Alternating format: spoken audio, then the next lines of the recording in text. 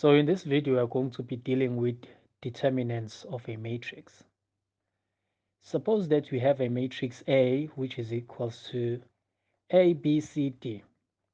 So these are the components or the elements of a matrix. So we say that A is invertible, which means that A has an inverse. If A times D minus C times B is not equal to 0.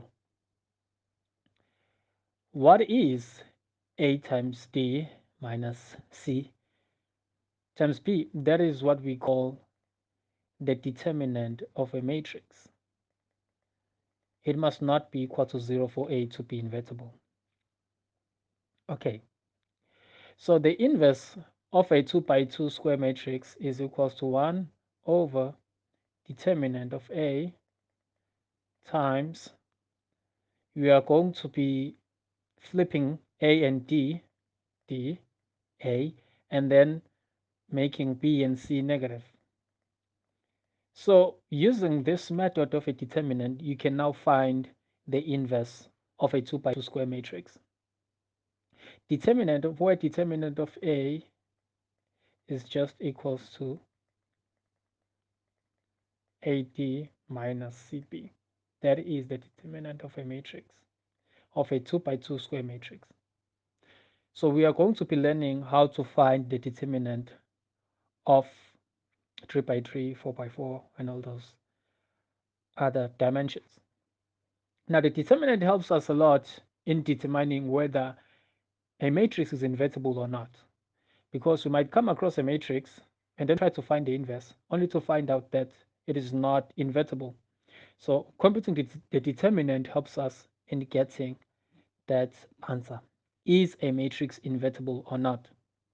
So if the determinant of a matrix is equals to 0, then the matrix does not have an inverse, which means it is not invertible. Now let us look at a simple example of the determinant of a 2 by 2 matrix. Okay, so suppose we have A 1, 2, 3, 4. Now let us calculate the determinant of this matrix. So the determinant of matrix A is going to be 1 times 4, which is 4, minus 3 times 2, which is 3, 1. Now since 1 is greater than 0, or not greater than, since 1 is not equal to 0, let's just use that, is not equal to 0, therefore A is invertible. Okay, now let us look at matrix B, which is 1, 2, 0, 0. What about this matrix? So we know that the determinant will be 0 times 1, which is 0, 0 times 2, which is 0, equal to 0. You can see that since the determinant is equal to 0, B does not have an inverse. We are going to be looking at this at a later time, because you can see that there is something about B. The last row is equal to 0. And we are going to be concluded that if a matrix has a row or a column with 0 entries, its determinant will be 0, hence it is not invertible.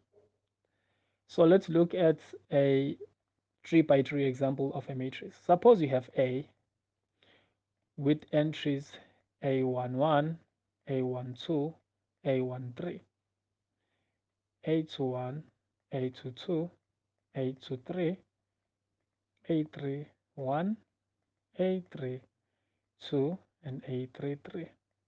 How do we find the determinant of a matrix like that? Okay, it's very simple. Now to find the determinant of A, which we can write in this manner, we have to say, take A11, which is expansion, going to expand across the first row. So you have to cancel that and cancel that. And what you are left with, you are left with this. So I'm going to be taking A11 like that, and then write this 2 by 2 matrix here. A23, A32, A33, like that. And then followed by a minus. Now I'm taking A12. Now, if I take A12, what's going to happen? I have to cross out the column where A12 is and also the row where A12 is. And I'm left with these entries.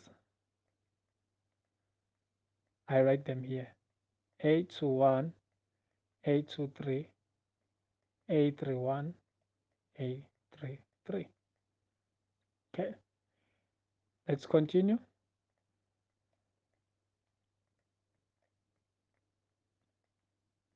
Okay, so here still have A22, A21. Now if you continue plus, you can see that the signs are alternating. It's plus, minus, and plus. That's how we do it. So now I'm on because I'm expanding across the first row. I started with A11. Now I'm at A13. So A13, I cancel the row and I cancel the column where A13 is. So A13, so I'm left with this matrix. So A21, A22, A31, and A32. Okay, so you can see that we have calculated, or we have proven before, how do we calculate a 2 by 2 determinant of a matrix. We know this is going to be A11, this times that, which means this is A22, A33 minus A23, A32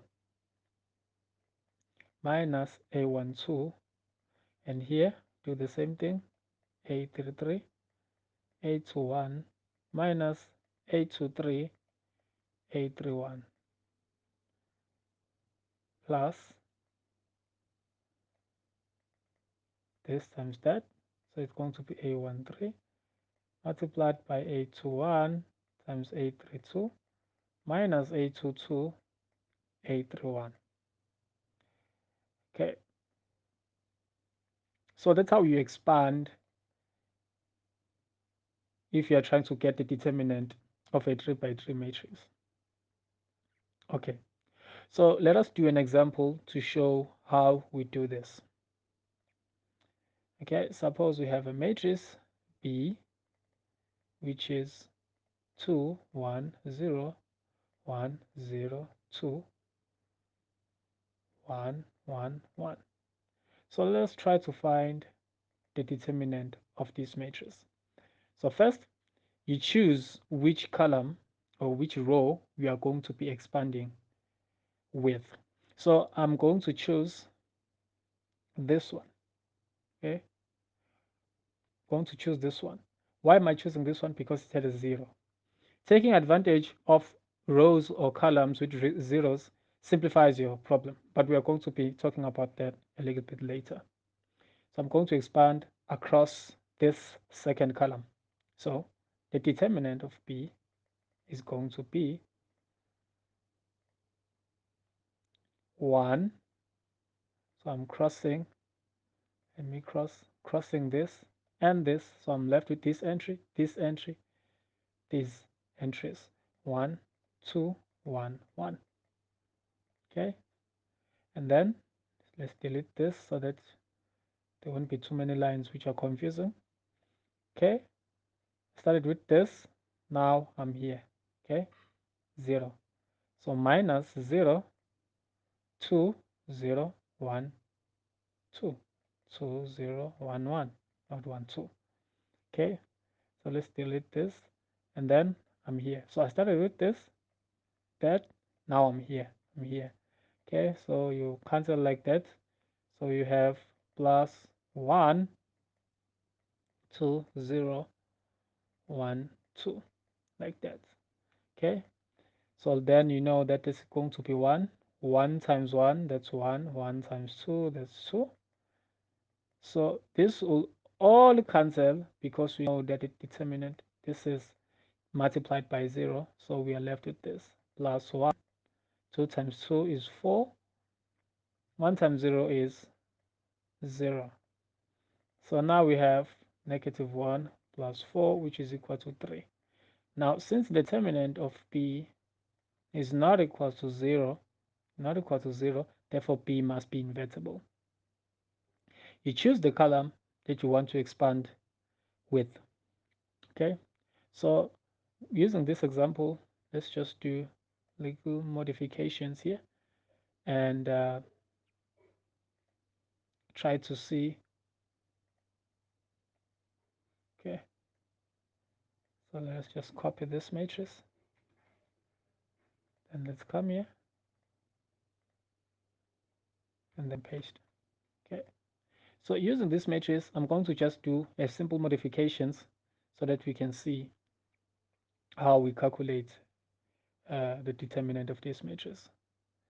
Now I'm going to make a 0 here. Just put a 0 here. Let's try to find the determinant of this matrix. Now, if you're looking at this matrix, what will the choice of a row or column be? Obviously, you will expand across this row. Why? Because there are lots of zeros in this row. Okay, there are lots of zeros in this row. So let us do it. First, you know that the determinant, this is the sign of determinant 1, 0, 2, 1, 1, 0, is going to be start by 0, 0, cross that, and cross like that. We are left with this matrix. So 1, 0, 1, 1. All this is all going to be 0 minus. Okay, let us get rid of this so that you can see.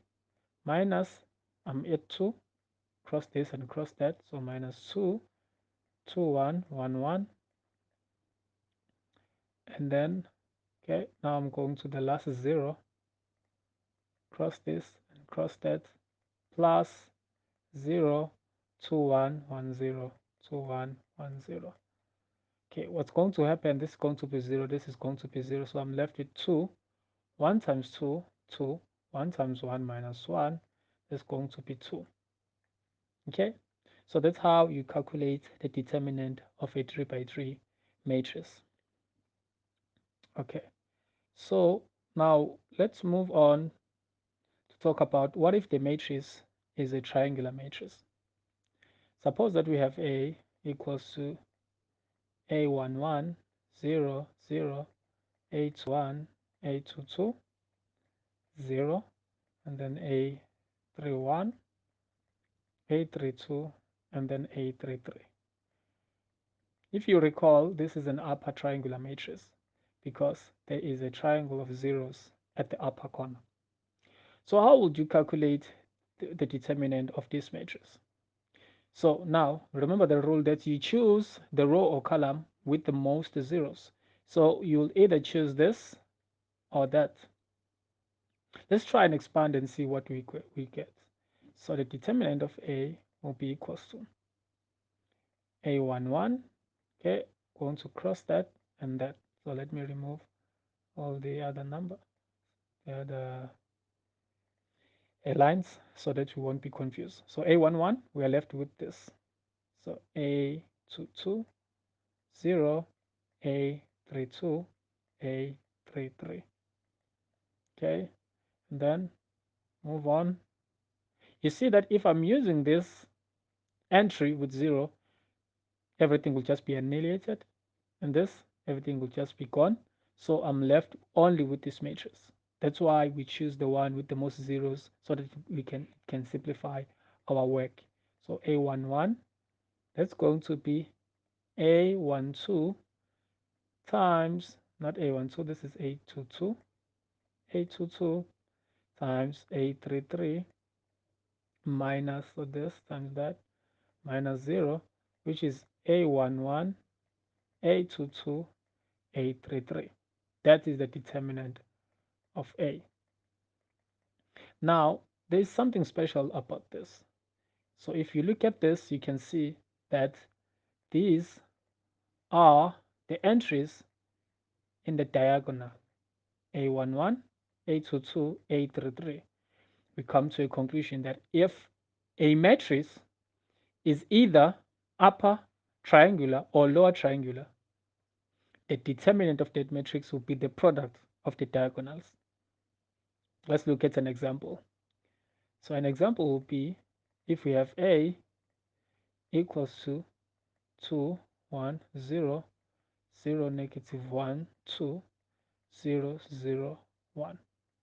So you can see that this matrix is lower triangular, which means we can just multiply the product of the diagonals. So the determinant of A, determinant of A simply just be equals to 2 times negative 1 times 1, which is negative 2. Okay, so understanding lower and triangular matrices helps us in simplifying the work. Okay, now let's look at the properties of matrices. So suppose that we have a matrix P. Now, we know that if we have a matrix P and B, suppose that B is this matrix A11, A22, A 1, 2, and then A21, and then A22. Okay, and A is equals to K, so you multiply the first row of B by K or by any letter, where K is just an element of integers, can be any number, K, A12. So we want to understand what will happen to the determinant of a matrix. So now, if there is a multiple, if K is if in A there is a row or column which is a multiple of any row in A in B, we conclude that the determinant of A will simply just be equal to the determinant of B multiplied by that constant of multiplication. So let's look at an example. An example would be, suppose that we have a matrix B, which is 1, 2, 3, 1. And we have a matrix A, which is equals to 2, 4, 3, 1. So if you look at this matrix, you can see that if you take out the common factor of 2, you are left with 1, 2, 3, 1 in that column, not in everything, specifically in that column. So you can see that this is multiplied by 2 like that. You can see everything there is multiplied by 2. So we know that the determinant of B, determinant of A, will just be 2 times the determinant of B. Okay, so don't take 2 on the outside. That means a different thing, because if you take 2 on the outside, it means that you're multiplying everything here. Okay, so now we see this property. But what if we have A equals to A11, A12, A1, A21, and A22, and we have B equals to K A11, A12, K A12, A21, A22. So in this example, everything is multiplied by K. So now the determinant of B will be K squared times the determinant of A. Since now this row is multiplied by K, and then this row is multiplied, or this column is multiplied by K, and this column is multiplied by K, K squared. So we can give a generalization and say if all the rows or columns of B I multiple, there's a certain number which multiplies those columns of B. If we get B by multiplying the columns of A by a certain factor, suppose K, so K, the determinant of B will just be K to power N times the determinant of A, which simply means that we saw that in the first examples when K was 1, if we just had just 1, K was multiplied in only one row, we had K determinant B. And when K was multiplied on 2 rows, we had K squared. So what if K is multiplied on n rows or columns? We are going to have K to power n determinant of B. Another thing that we have to understand is that determinant of A plus B is not equal to the determinant of A plus the determinant of B. It's not necessarily true. It may happen, but it's not necessarily true that this can happen. Okay. So, but the determinant of A times B is equal to the determinant of A times the determinant of B, which means the determinant of a product of two matrices is equal to the product of the determinant of those matrices.